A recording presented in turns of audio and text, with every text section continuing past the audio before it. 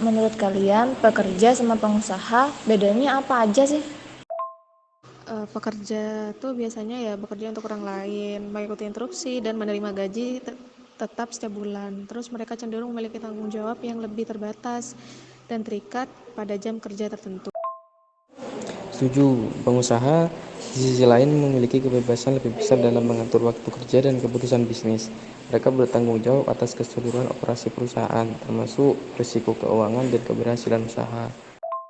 Menurutku ya perbedaan yang paling mencolok adalah dalam hal visi dan tujuan.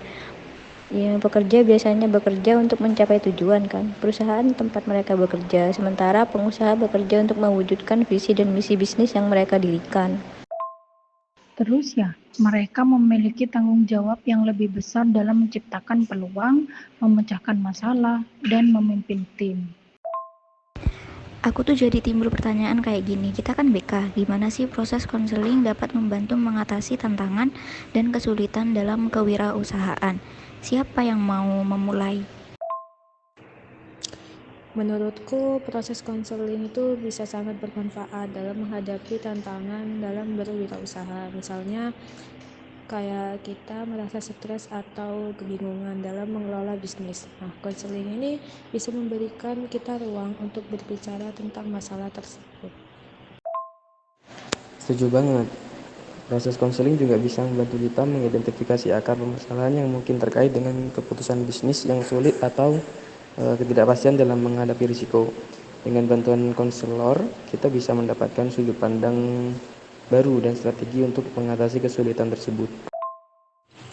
Selain itu, proses konseling juga dapat membantu kita mengelola emosi dan stres yang seringkali muncul dalam dunia kewirausahaan. Dengan bantuan konselor, kita bisa belajar teknik-teknik coping yang efektif untuk menghadapi tekanan dan tantangan yang ada. Jadi kesimpulannya itu proses konseling bukan hanya tentang mendengarkan dan berbicara, tapi juga memberikan kita alat dan strategi untuk menghadapi tantangan yang muncul dalam berwirausaha. Yang intinya tuh konseling bisa menjadi sarana penting untuk pengembangan diri dan bisnis kita. Betul, penting untuk tidak ragu mencari bantuan konseling ketika kita merasa kesulitan dalam mengelola bisnis. Itu dapat menjadi langkah positif untuk mengatasi hambatan dan meraih kesuksesan dalam dunia kewirausahaan. Oke nih, keterkaitan antara jurusan kita tuh BK ya dengan kewirausahaan itu udah terkupas. Nah, aku ada bahan lagi nih tentang pentingnya kreativitas dan inovasi dalam kesuksesan kewirausahaan. Menurutku, kreativitas dan inovasi itu sangat penting dalam kesuksesan kewirausahaan.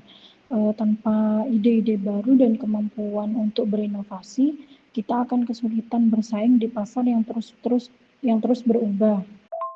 Kreativitas membantu kita untuk melihat peluang baru dan menemukan cara-cara baru untuk memecahkan masalah. Tanpa inovasi, bisnis bisa terjebak dalam rutinitas dan kehilangan daya saing menurutku. Bener banget, kreativitas dan inovasi memberikan keunggulan kompetitif yang sangat dibutuhkan dalam dunia bisnis yang begitu dinamis. Dengan terus berinovasi, kita dapat memperluas pasar, meningkatkan efisiensi, dan juga menciptakan value proposition yang unik bagi pelanggan kita. Kita kan nanti bakal jadi konselor. Nah, dalam konteks entrepreneurship, ini bagaimana kita sebagai konselor nantinya dapat membantu calon pengusaha untuk mengembangkan rencana bisnis yang berkelanjutan.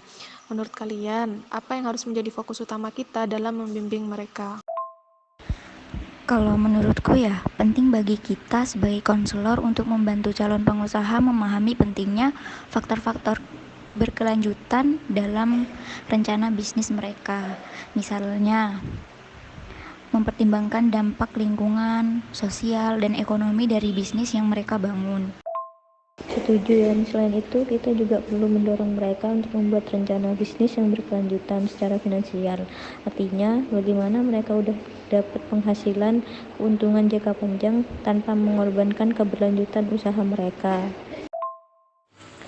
Aku pikir menekankan pada inovasi dan berkelanjutan dalam operasional bisnis juga penting.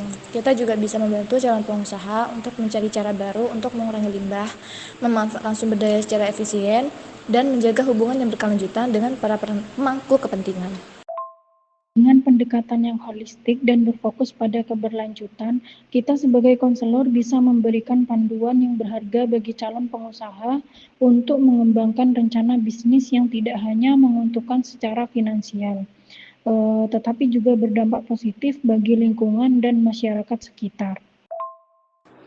Nah, benar banget. Dengan kolaborasi dan bimbingan dari para konselor, tuh calon pengusaha bisa membangun rencana bisnis yang nggak cuman sukses secara komersial, tapi juga berkelanjutan dan memberi dampak positif bagi semua pihak yang terkait gitu.